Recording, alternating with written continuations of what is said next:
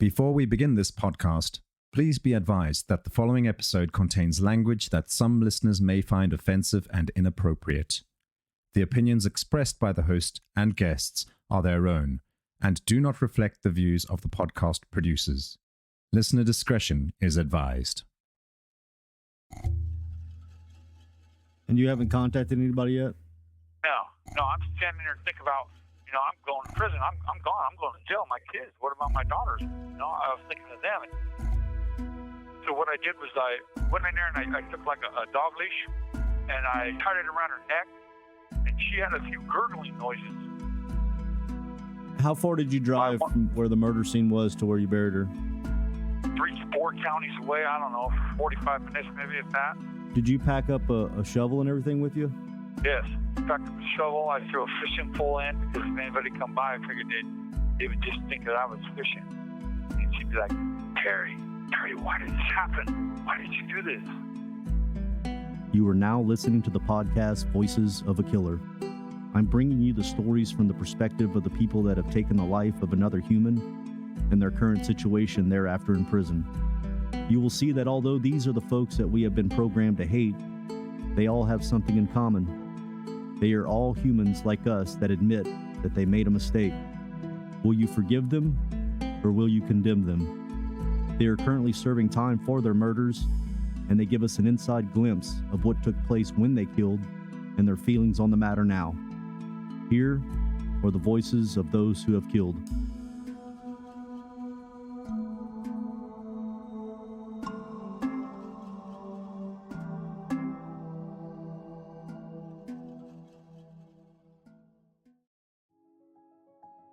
Welcome to another gripping episode of Voices of a Killer.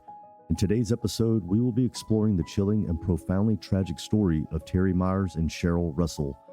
A story filled with volatile relationships, drug abuse, and a violent end that left families shattered and communities in disbelief. We'll ask the tough questions. What drives a man like Terry to commit such a heinous act? And most tragically, what led to the irrevocable and devastating loss of Sheryl Russell's life? And just a note about the victim in the case, Sheryl Rose Stewart Russell. Throughout the story, she is referred to as both Sheryl Stewart and Sheryl Russell. So sit back and listen closely. This is not just a story about crime and punishment. It's also a probing look into the human psyche, the circumstances that can make a person fall from grace, and the immeasurable pain left in their wake on this episode of Voices of a Killer.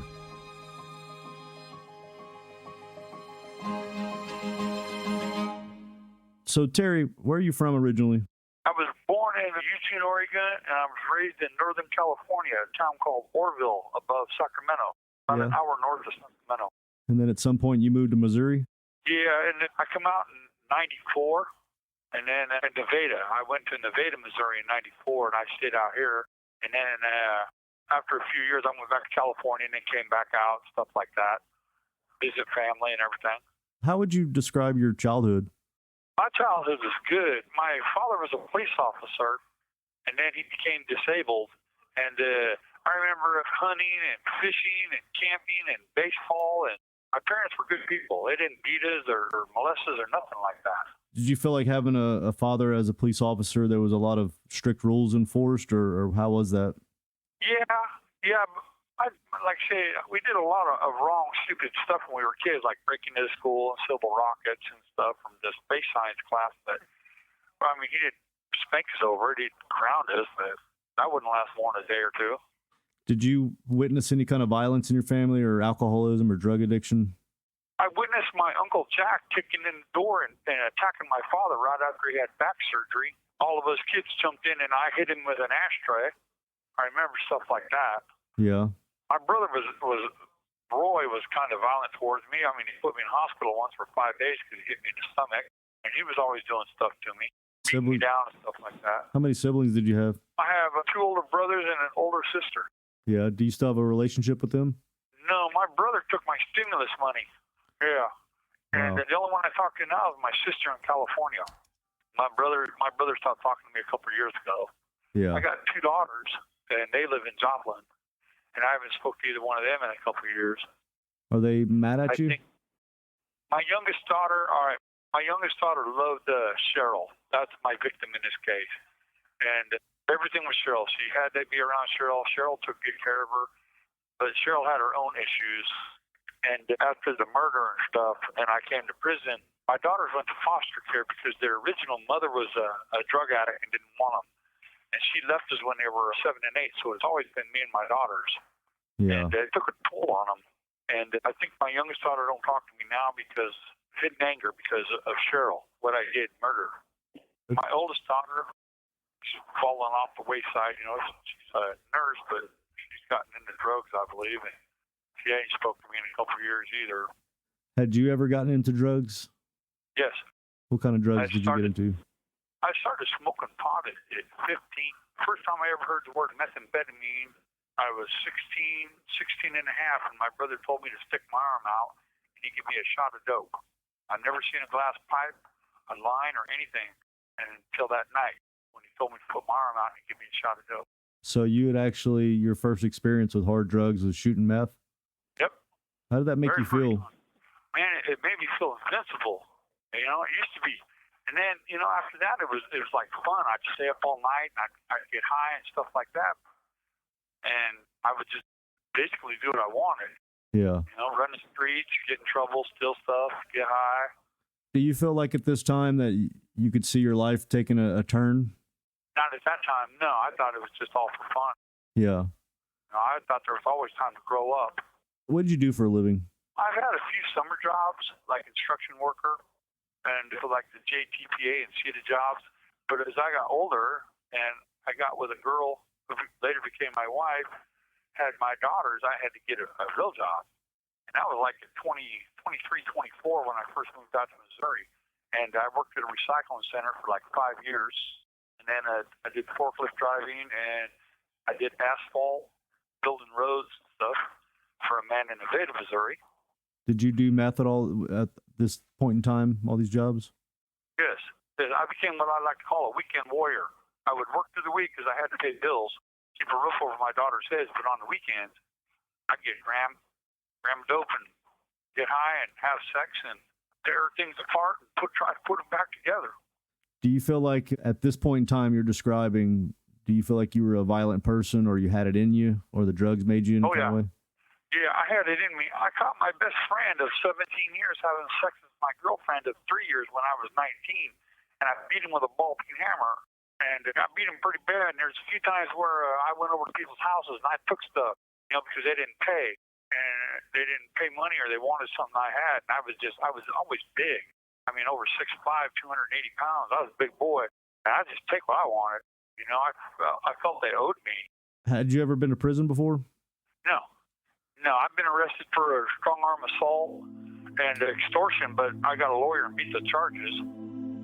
Born in Eugene, Oregon, and raised in Northern California, Terry Myers had a relatively stable upbringing. His father was a police officer, and he describes his parents as good people.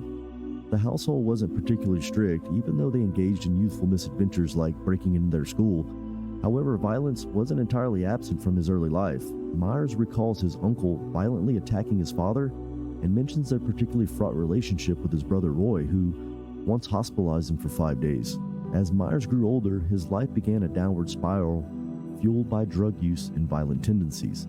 By the age of 16, he was introduced to methamphetamine by his brother, a drug that made him feel quote-unquote invincible, and led him down a path of petty crime, including theft and assault. Meth is a strongly addictive drug, and those who use it tend to devote most of their time to funding their addiction. For Terry, this meant becoming a self-described weekend warrior, staying clean during the week to work but delving into drugs over the weekends. This pattern would tragically culminate in the volatile, drug-fueled relationship with Sheryl Russell that ended in murder. At what age did you meet the victim, Sheryl Stewart? I was 38. And what was y'all's relationship? My wife had just been arrested and charged with selling drugs inside of a school zone, and she was in the county jail in Nevada, Vernon County, and she was looking at 7 to 10 years. You met her while your wife was in jail? Yeah, before she'd even been sentenced to prison. So how did you meet her? Where was this happen? I was in Nevada, and my neighbors were having a Christmas Eve party, and they called me over, and that's when I met her. Did y'all do drugs together? Yeah, after about the first couple of days, yeah. Yeah. Did y'all get into a relationship while your wife was in prison? Yes. Describe that relationship. Yeah. Was it steady, or did y'all have a lot of turbulence? Oh, it was like oil and water. It really was. We should never have been together. But it's like there were police reports for my daughter would call the police, or I would call the police, or the neighbors would, because she would get drunk and she would assault me, and she would break things, she would yell things, and then we would separate, and we'd be separated for a week or two, and then we'd always just go seek each other out again. I would go find her, she would come find me. What do you think your biggest point of contention was? Why was there friction? Because we were doing drugs. Yeah. And we would think things about each other, like either she was messing around on me or I was messing around on her. Or another thing is my wife was in prison, and I would send my wife a little bit of money here or there, and I would take my daughters to see her. I took her twice to see her because they gave her 7 years. And I took the girls up there 2 times to see her, and she didn't want me to go, so she cut the gas line on the car so I couldn't leave. Sounds like a pretty rocky relationship. Yeah. She kicked out my windshield from the inside one time. She almost tried to run me over once with a car. Meeting Sheryl at a neighbor's Christmas Eve party, their relationship quickly escalated into a turbulent and volatile affair fueled by drug use. Describing their union as quote-unquote oil and water, Terry recounts instances of frequent domestic disturbances involving the police more than once. Sheryl, often in a drunken state, would resort to physical aggression and property damage, while the relationship itself seemed to be underpinned by jealousy and suspicion on both sides.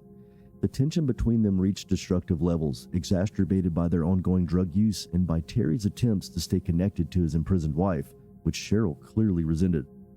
And in an alarming display of conflict between them, Sheryl even took the drastic steps of cutting the gas line of Terry's car to prevent him from visiting his wife in prison. The violent tendencies that both had exhibited throughout their relationship came to a head in a terrible way, ending in a loss that neither of their families would ever recover from. What year did this murder take place? 3/11/06. 2006? Yeah. What exactly happened that day?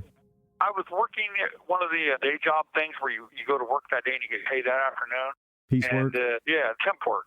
Yeah. And the job that I was working at told me that I was doing really good. I could do forklift, I could do everything they wanted, and they were really liking me, so they kept calling me back. And the boss, his name was Ben, told me, if you can pass the drug test, we're going to hire you. So I stopped. I didn't do no drugs. I wanted this job. I need this job. I had bills to pay, kids to raise, and it was good money. So I wasn't doing nothing wrong, but she still was. Like I say, she got Social Security, because she had mental illness. She never took medication. She should have, though. And she was 10 years older than me. Anyway, it was Friday night. I just got paid, and I wasn't doing nothing because of this job. I needed this job. And she kept on me, harping at me, never do anything I want to do. You never do anything I want to do. You don't care about me. And I'm like, all right, let's do a shot. So she went over to somebody's house. When you say a shot, you mean shoot up meth? Shot it up. Yeah. Okay. I said, okay, let's do it. And she left. She came back about an hour later, and she had some when we did it. And it wasn't that good. It really wasn't that good. So we got an argument over that. I said, it's crap. I said, I'm risking everything, And about 11 o'clock that night, she come in the room. I was laying down in bed. That's how good the stuff was. I was laying down in bed. And she started kicking the bed, telling me to give her some money. And she wants some more. And I'm like, I ain't paying for that. It ain't no good. And she got me a handheld crossbow for Christmas, like a toy. Mm-hmm. And she went to cock it and put an arrow in it. She couldn't get it cocked because she couldn't pull it back. Well, I got up out of bed and I left the bedroom and I'm heading into the kitchen, the front room area, and she throws it at me. Yeah, she threw the crossbow at me. And it's like I said, it's a little handheld one that goes on your wrist. And I'm like, just leave me alone, just leave. And she reached over and she grabbed this knife. And she started coming at me, swinging it. And I'm thinking, now she's just going to really kill me. She tried to kill me a few other times. Anyway, I hit her in the throat and took her to the ground. And I strangled her. You strangled her? Yeah. I didn't mean to kill her. And I picked up the phone and I had the 9 dialed for 911. I dialed the 9, and then I thought about my daughters. I'm a single parent. Their own mom don't want them. And I told Sheryl, I said, I have to do something. I have to do something with Sheryl. So I had to get my kids to safety in California, my family. And then I was going to turn myself in. And so I went outside to smoke a cigarette because my daughters were staying the night at a friend's like 4 houses down. On the fateful evening of March 11th, 2006, the tumultuous relationship between Terry and Sheryl Stewart reached a tragic breaking point. Terry, focused on turning his life around, had been working temp jobs in the hope of landing a more stable employment opportunity. He had abstained from drug use, committed to passing a drug test for a job he desperately wanted and needed. Sheryl, however, continued on her own troubled path, struggling with untreated mental illness and ongoing drug abuse. The tension between them boiled over that Friday night. At first, Terry resisted Sheryl's insistence on using drugs again, worried about jeopardizing his chance for a job. Eventually, he relented, a decision that he'd regret. The confrontation escalated dramatically. Terry struck Sheryl in the throat and strangled her in an attempt to defend himself from her attack. He found himself dialing the first digit of 911 before hanging up. Thinking about his daughters, his sole responsibility as their mother was already in prison. It was an agonizing, complex moment. Terry took a life. While considering the lives of his children and the loss they would suffer if he turned himself in right away, Terry admits he didn't mean to kill Sheryl. Nevertheless, she lost a life that night, a life already steeped in suffering and turmoil. It was a bleak culmination of a relationship that should have never been, a blend of toxic behaviors, desperate emotions, and at the end, a fatal encounter. As tragic as the loss of Sheryl's life was, the story doesn't end here. I had no options because I had to get rid of her so I could save my daughters so they wouldn't end up in foster care. And that's just what happened to them. They ended up in foster care. That and more after the break. And you haven't contacted anybody yet? No, I'm standing there and thinking about, I'm going to prison. I'm gone. I'm going to jail. My kids. What about my daughters? I was thinking of them, and I, so what I did was I went in there and I took like a dog leash, and I tied it around her neck, and she had a few gurgling noises. So I didn't know if she's still alive, but I assumed she was dead. It was just impulses. I've seen people die before. So I tied the body up, and I wrapped her in a sheet, and I put her in the trunk of the car, and I waited till almost sunup. I think it was around sunup, and I was going through the trailer, and I'm just racking my brain. I'm thinking, I'm crying, and I can't believe this is happening. And I drive her about 4 counties away to a place where we'd gone fishing and camping a couple different times. And I dug a hole and buried her. And I kept telling her, as soon as I can, Sheryl, I'm going to come back. As soon as I can, I'm going to come back. And then I left there, and I talked to my brother, Roy. Whenever she attacked you with the knife, obviously you defended yourself. How did you get her to the ground? Did you punch her and knock her down, or did you just grab her and throw her down? Tell me a little detail. I caught her wrist with my left hand and then took my right hand and right to her throat and took her right to the ground and just squeezed and held her there. Do you think if you wouldn't have grabbed her hand that she would have stabbed you with the knife? Yeah, she'd already backed me all the way up to almost the bedroom. She took like 4 swings at me. So one of the things that I'm certain of, not only because I've interviewed people that have strangled others, but I just know, medically it takes a long time to actually kill someone by strangling them. So, and I've asked this question, I want to see what your answer is. How long did it take from the time that you put your hands on her throat to you letting go to deciding it's been done? How many minutes? At least, I would say 3 to 5. The autopsy said that I broke her saying when I hit her in the throat, they said that I broke it. Broke what? Something inside the throat. Did you have 2 hands on her throat choking her? I had one, and then as soon as I let go of her right hand, I used the other one on her. So yeah. Were you straddling her body on top of her? I was on top of her. Was she trying to grab your hands to pull them off as you're choking her? She was trying with her left hand, but I was holding the right hand. If we were to sit here and count to 120 seconds, which is 2 minutes, is the minimum that you would probably hold somebody, but you're saying more than that. What is going through your head while you're choking her? Yes, why is this happening to us? And did you ever, scared. During the process, did you ever let go and think about it and start back again, or you just, when you started, you never stopped?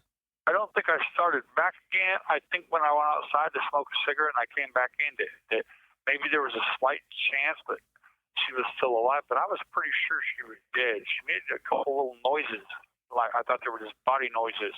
So those prompted you to make sure she was finished off. You wrap something around her neck. Yeah. And Yep. you tighten that leash, and did you see her react to you tightening it?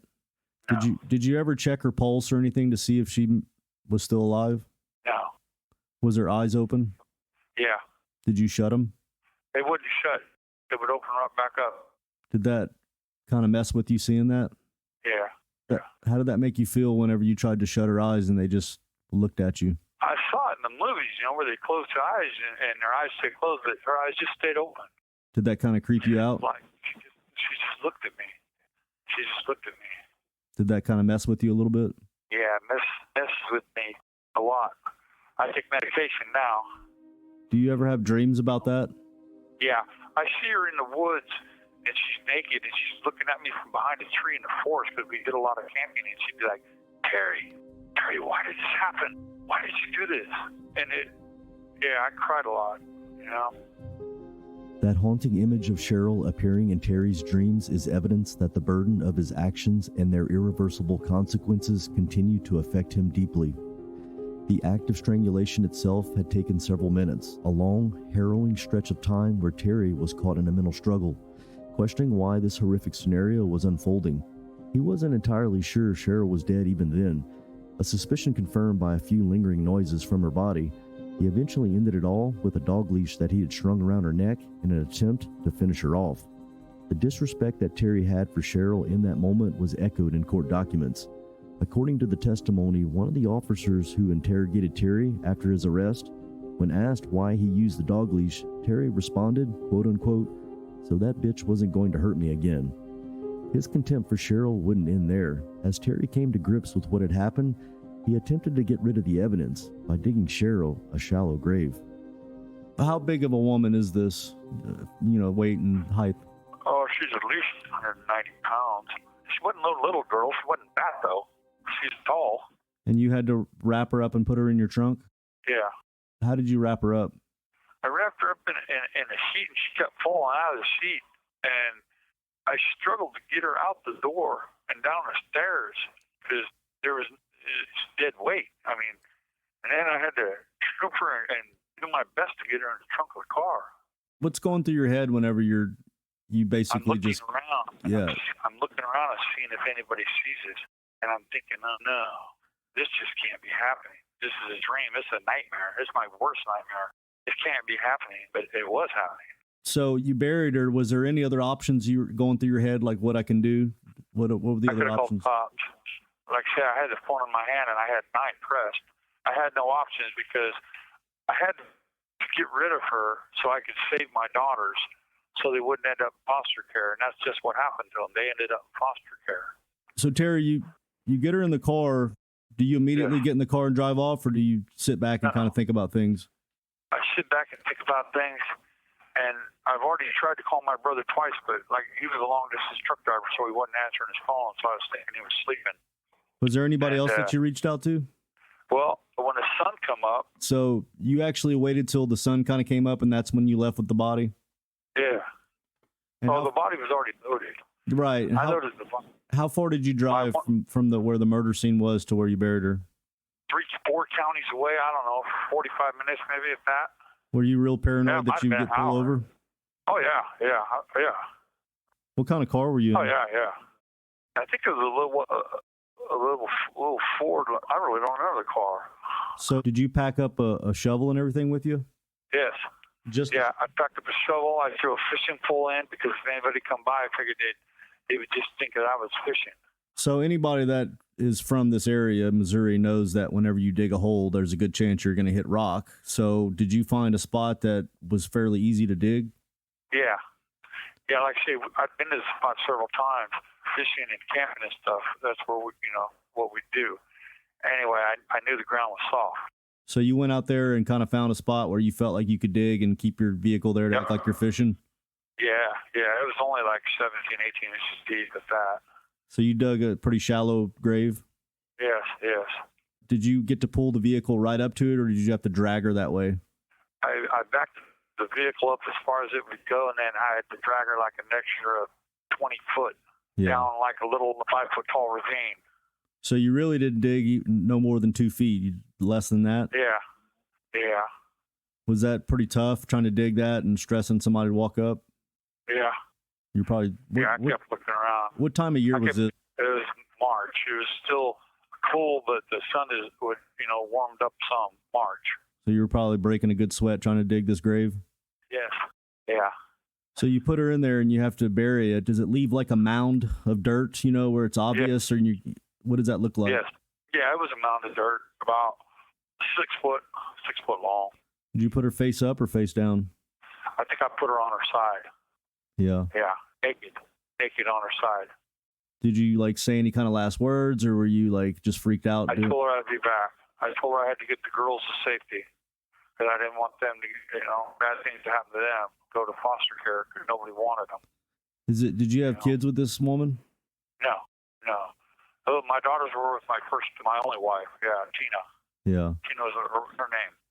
So after you get her buried, and you load up your shovel, I'm guessing you loaded up your shovel, and you went to your previous wife's house that used to be in prison? Yeah. And you literally just say, hey, I just killed Sheryl? Yes, I did. Yes. And you said that she laughed at you? Yeah, she laughed. She said, good, she didn't like that bitch. Well, did she laugh because she didn't think you were serious, or she laughed because she really thought you did it? She really knew I did it. She knew you were serious? Yeah. She said she didn't like that bitch anyway. Were you not worried that she would call the police on you? No, I knew she would. Well, I don't know. She could have, but I didn't think she would. Instead, she took me to a car wash and pulled out the trunk lining. And it said she had to clean the car out. And I stood there watching her while she took as a car washer, the nozzle and sprayed it, give it water the car and that trunk and stuff. Yeah. And then within hours, I spoke to my brother and told him what was going on. 2 days later, or the next night, my brother's like, we need to move the body. We've got to move the body, Terry. Terry recounts the surreal sequence of events that followed that fateful night. The weight of Sheryl's lifeless body and the eerie silence of the night pierced through his consciousness as he struggled to wrap her up and load her into the trunk of his car. It's interesting how Terry is able to provide such clear details of what unfolded. From the sweat of his brow to the mound of dirt concealing his gruesome secret, however, Terry's confessions to those closest to him would be his downfall. After the break, we uncover a shocking twist and a betrayal that would result in Terry's imprisonment.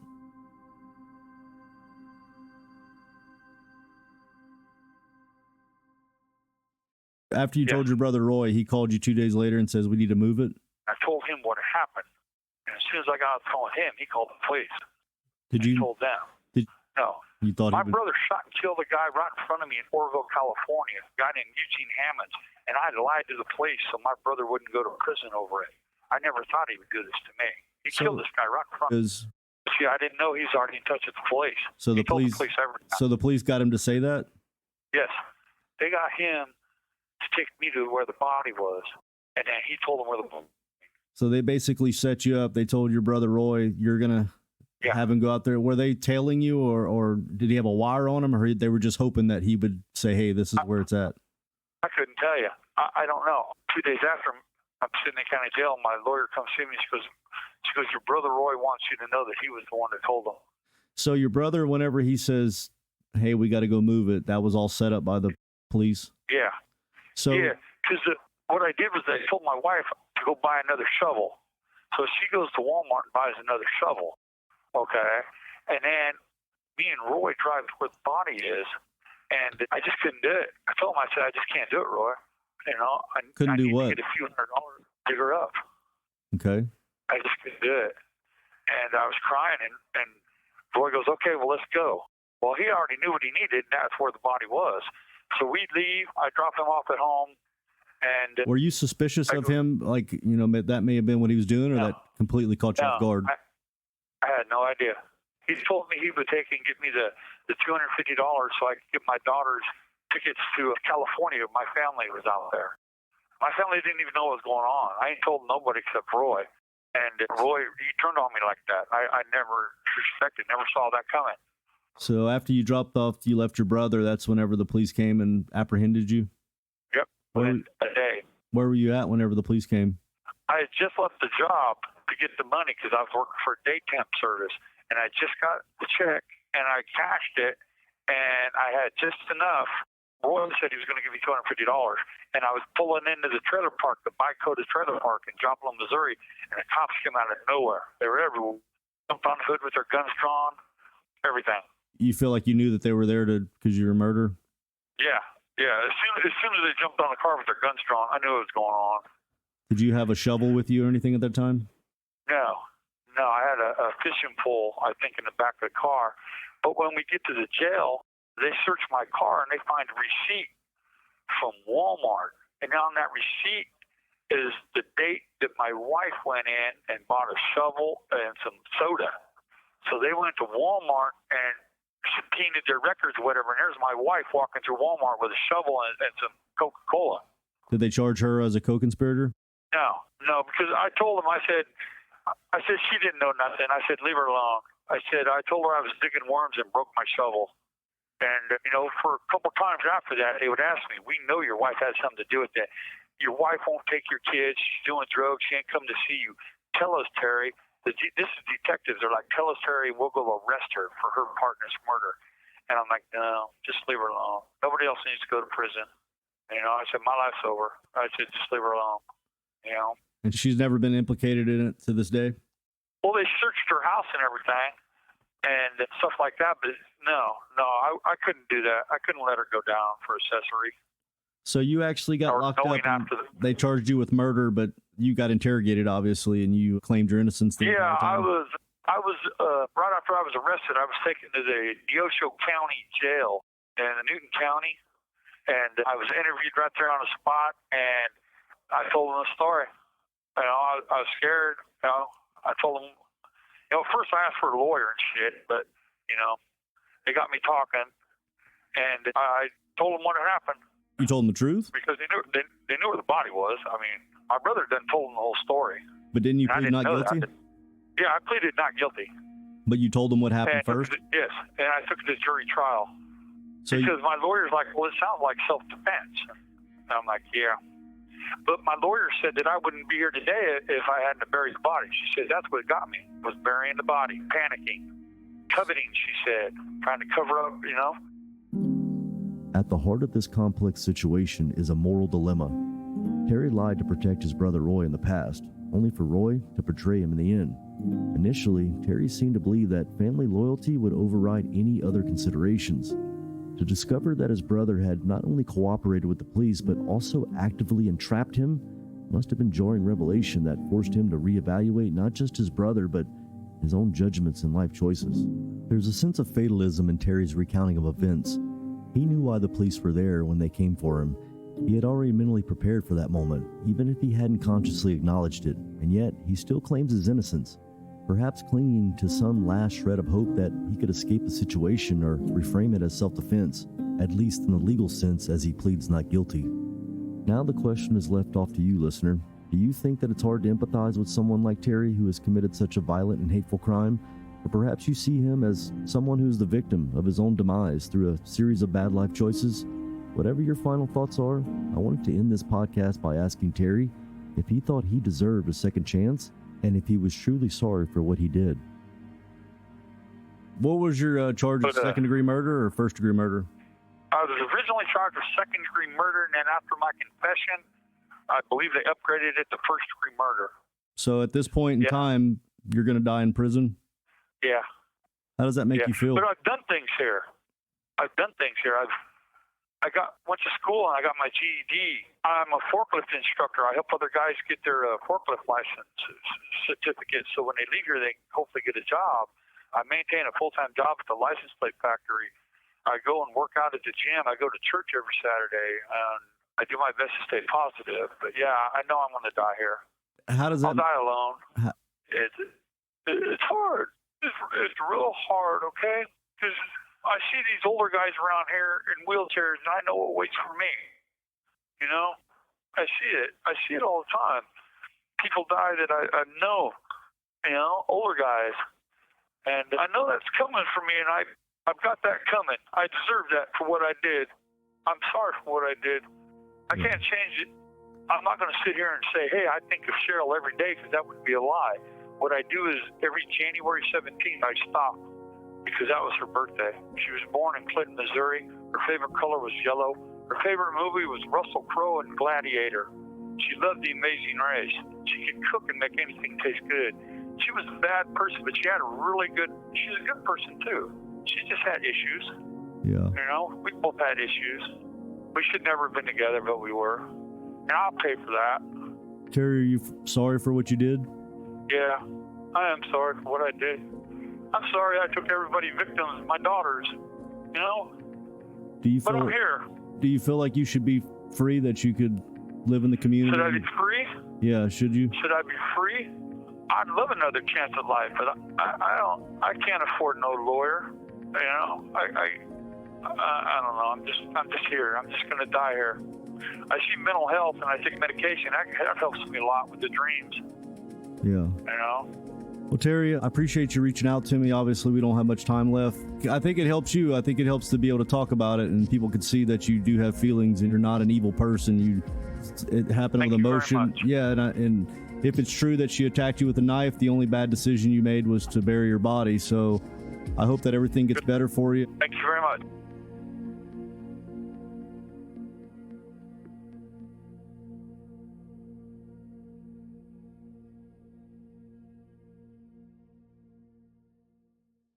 On the next episode of Voices of a Killer. In 2018, Luis Perez shot and killed his two ex-roommates and the woman who gave him the gun.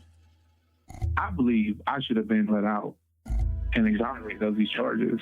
You still claim that you're not guilty. Why is the finger pointed at you? It didn't matter what the facts were or what the circumstances were. I just looked at it like, damn, he's a Mexican. He's illegal, but if you think along the lines, I probably done did it. I just want to hear what your reaction is when I say those names. Joshua Hampton, Sabrina Starr, and Stephen Marler. I was not the one who did this to their people. That's a wrap on this episode of Voices of a Killer. I want to thank Terry for sharing his story with us today. His ability to be open and honest is what makes this podcast so special. If you would like to listen to the raw recordings of these interviews, you can visit patreon.com/voicesofakiller. By becoming a patron, you can access not only this, but hours of bonus recordings, correspondence, and you can contribute to the way the show is produced. A big shout out to Sonic Futures, who handled the production, audio editing, music licensing, and promotion of this podcast. If you want to hear more episodes like this one, make sure to visit our website at voicesofakiller.com. There you can find previous episodes, transcripts, and additional information about the podcast. Lastly, if you enjoyed this episode, please consider leaving us a review on Spotify, Apple Podcasts, or wherever you get your podcasts. Your feedback helps us improve and reach new listeners. Thank you for your support, and we can't wait to share more stories with you in the future. Thank you for tuning in. I'm your host, Toby, and we'll see you next time on Voices of a Killer.